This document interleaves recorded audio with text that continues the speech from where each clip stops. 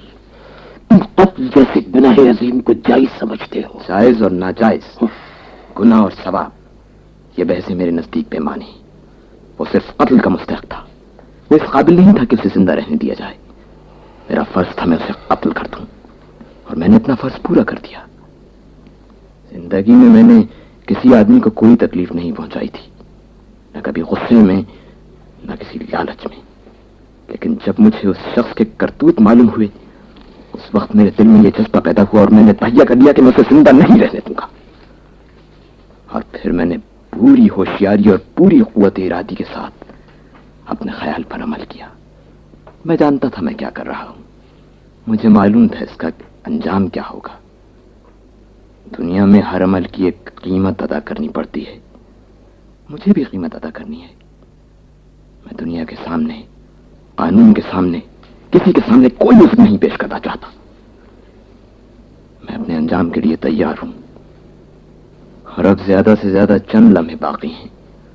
اس کے بعد میرا سر جسم زمین پر ہوگا اور میری روح اپنے خدا کے حضور.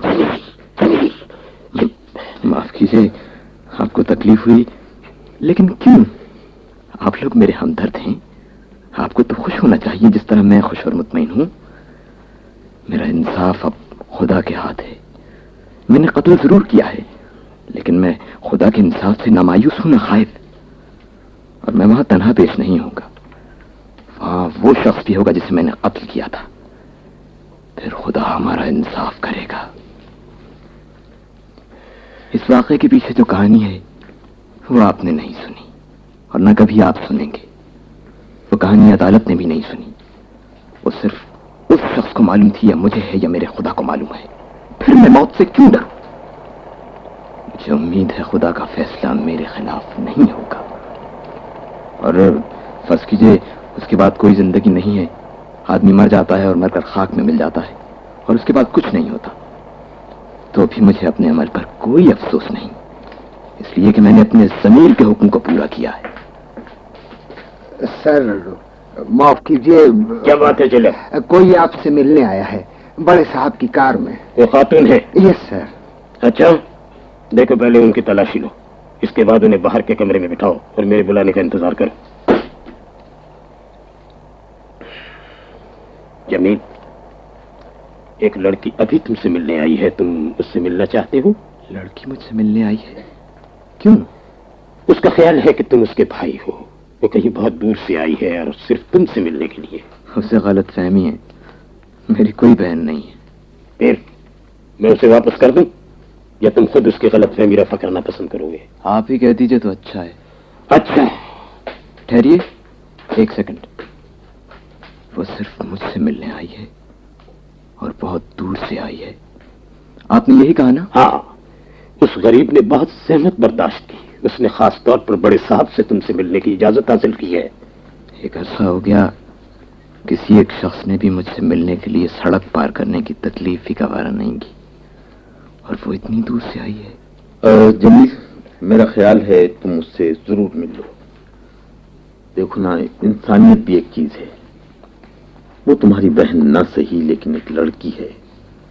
اس نے امید پر اتنا لمبا سفر کیا ہے، اتنی تکلیف اٹھائی ہے. میں اس سے کہاں مل سکتا ہوں؟ یہاں؟ ہاں، یہی. تنہائی میں؟ کیوں؟ آپ کو کوئی اندیشہ؟ یقین کیجیے مجھے رتی برابر علم نہیں ہے کہ وہ لڑکی ہے کون. مجھے تم پر اعتماد ہے جمیل. شکریہ. آج سے پہلے اس قسم کی اجازت کسی کو نہیں دی گئی، لیکن بہت بہت شکریہ. جب آج چلو. وارڈن صاحب ذرا سوچ لیجیے، دیکھیے آپ کی ذمہ داری بہت بڑی ہے. نائب صاحب، مجھے آپ سے یہ امید نہیں تھی کہ آپ یہ تصور بھی کر سکتے ہیں کہ میں کوئی ایسی بات کروں گا جس سے وارڈن صاحب پر کوئی برائی آئے، یا آپ پر یا اس لڑکی پر یا خود مجھ پر. جبار، تم جمیل کو اپنے کمرے میں لے جاؤ. میں پہلے اس لڑکی سے بات چیت کرنا چاہتا ہوں.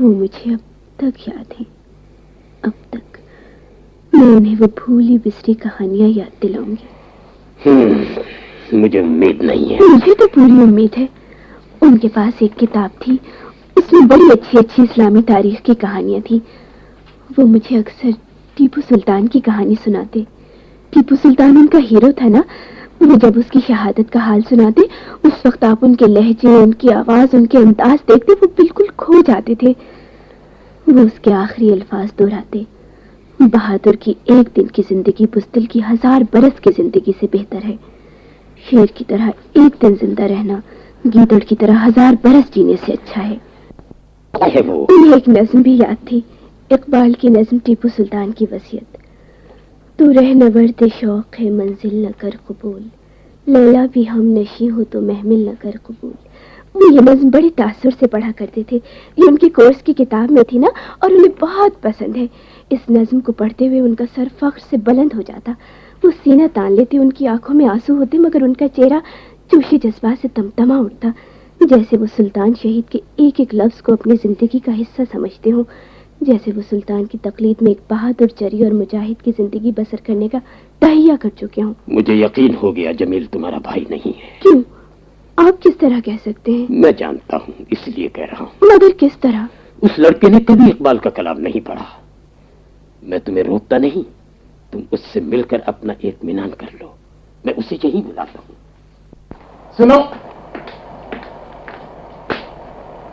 یس سر۔ جمیل اور نائب صاحب برابر کے کمرے میں بیٹھے، انہیں بلا لو۔ یس سر۔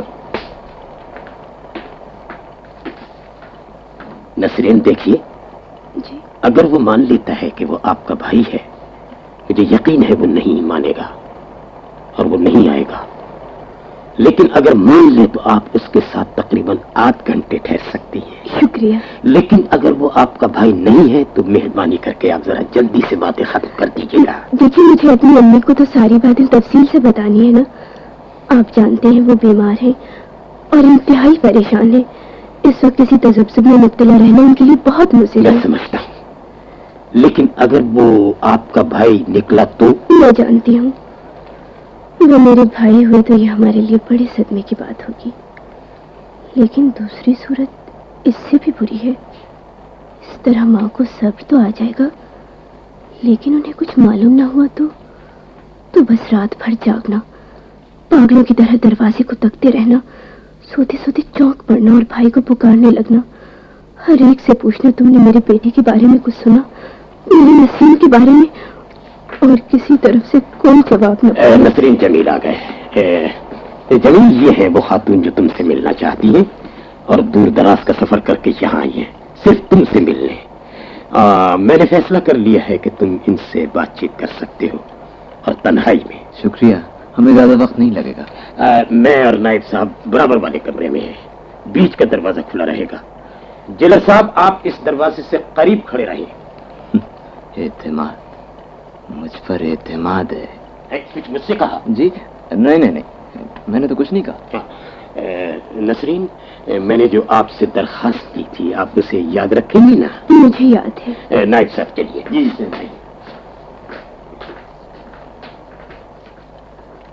وہ امی نے بھیجا ہے مجھے امی نے آپ سے ملنے بھیجا ہے۔ اچھا، دیکھیے نا، بہت دن ہو گئے، پورے 8 برس میں میری امی نے اور میں نے اپنے بھائی نسیم کو نہیں دیکھا۔ امی کا خیال ہے انہوں نے اخباروں میں پڑھا ہے نا، وہ سوچتی ہے شاید میں آپ کا بھائی ہوں، کیوں؟ یہی نا؟ جی بالکل یہی۔ اب تو آپ کو یقین ہو گیا ہوگا کہ میں آپ کا بھائی نہیں، کیوں؟ میں کچھ یقین سے نہیں کہہ سکتی، آپ میں اور ان میں تھوڑی سی مشابہت ہے، آپ کی تصویر بھی ان سے اتنی ہی ملتی جلتی تھی، لیکن دیکھیے نا، بہت دن ہو گئے ہیں ہمیں انہیں دیکھے ہوئے، میں ان کا تصور کرتی ہوں تو وہ بہت ہونا بھی چاہیے، کیونکہ حقیقت یہ ہے کہ میں آپ کا بھائی نہیں ہوں، کسی کا بھی نہیں ہوں، میرے کبھی کوئی بہن نہیں تھی۔ سچ؟ بالکل سچ۔ آپ کا اصلی نام کیا ہے؟ جمیل احمد۔ آپ سچ کہہ رہے ہیں؟ تمہارا کیا خیال ہے، میں جھوٹ بولوں گا زندگی کی اس منزل پر پہنچ کر؟ اب تو سب کھیل ختم ہونے والا ہے. نہیں، میں یہ نہیں کہتی. آپ کہاں کے رہنے والے ہیں؟ میرا مطلب ہے آپ کہاں پیدا ہوئے تھے؟ ایک گاؤں میں. گاؤں میں؟ راجپور تو نہیں؟ نہیں، میں تو اس گاؤں کا نام بھی نہیں جانتا. اچھا، کیا کام کرتے رہے ہیں آپ کا پیشہ کیا ہے؟ میں تو حرفن مولا قسم کا آدمی رہا ہوں. دنیا کا کوئی ایسا کام نہیں ہے جو میں نے نہ کیا ہو اور کرنے کے بعد ناکام نہ رہا ہوں. آپ کتابیں پڑھنا پسند کرتے ہیں؟ کتابیں؟ کتابیں یہی پڑھنے کی؟ نہیں، مجھے پڑھنے وغیرہ کا زیادہ شوق نہیں رہا. آدمی کو وقت ہی ضائع کرنا ہو تو اس کے اور بہت طریقے موجود ہیں. معاف کیجیے گا، میں آپ سے بہت اوٹ پٹانگ سوال کر رہی ہوں. نہیں، جو دل میں آئے پوچھیے. آپ کبھی کسی اسکول میں پڑھے ہیں؟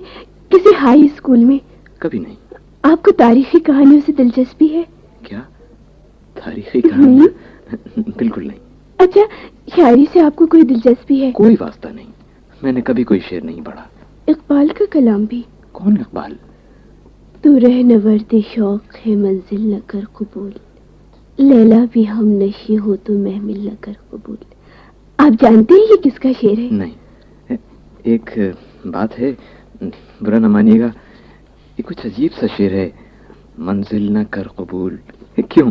جب کوئی سفر کرے گا تو منزل ہی کے لیے تو کرے گا. تمام شاعر ایسی باتیں کرتے ہیں. دوسرا شعر ہے؟ بیکار. اس کے بعد کون سا شعر آتا ہے؟ مجھے نہیں معلوم. میں کیا جانوں؟ آپ نہیں جانتے یہ اقبال کا شعر ہے. ان کی ایک نظم ہے، ٹیپو سلطان کی وصیت. ٹیپو سلطان ہماری جنگ آزادی کا ہیرو، جو قوم کی آزادی کے لیے جہاد کرتا رہا، جس کا قول تاریخ میں زرین حرفوں سے لکھا گیا. بہادر کی ایک دن کی زندگی بزدل کی 1000 برس کی زندگی سے بہتر ہے. شیر کی طرح ایک دن جینا گیدڑ کی طرح 1000 برس جینے سے بہتر ہے. کیوں، یاد ہے آپ کو؟ میں نے تاریخ نہیں پڑھی، میں اس کے کارناموں سے واقف نہیں ہوں. آپ نے اس کا یہ قول بھی نہیں سنا؟ نہیں. اوہ، غلط فہمی ہوئی. آپ وہ نہیں ہیں جس کی مجھے تلاش تھی. آپ نسیم نہیں ہیں. معاف کیجیے، آپ کو زحمت ہوئی. آپ جا رہی ہیں؟ جی ہاں، وہ صاحب ہے نا وارڈن، انہوں نے مجھ سے وعدہ لیا تھا کہ اگر آپ میرے بھائی نہ ہو تو میں فوراً رخصت ہو جاؤں گی. اور آپ میرے بھائی نہیں ہیں، اس لیے آپ یہاں سے اپنی امی کے پاس جائیں گی؟ جی ہاں. مجھے تعجب ہے، انہوں نے خود آنے کے بجائے آپ کو. وہ بہت بیمار ہیں. ان کی حالت بہت خراب ہے. بھائی کی طرف سے مستقل پریشانی نے انہیں بالکل مار ڈالا. لیکن جب آپ انہیں جا کر بتائیں گی کہ ان کا بیٹا قاتل نہیں ہے، جب انہیں معلوم ہوگا کہ انہیں غلط فہمی ہوئی تھی، تو وہ ضرور مطمئن ہو جائیں گی. کیوں؟ ٹھیک ہے نا؟ شاید صرف اتنی بات. کیا؟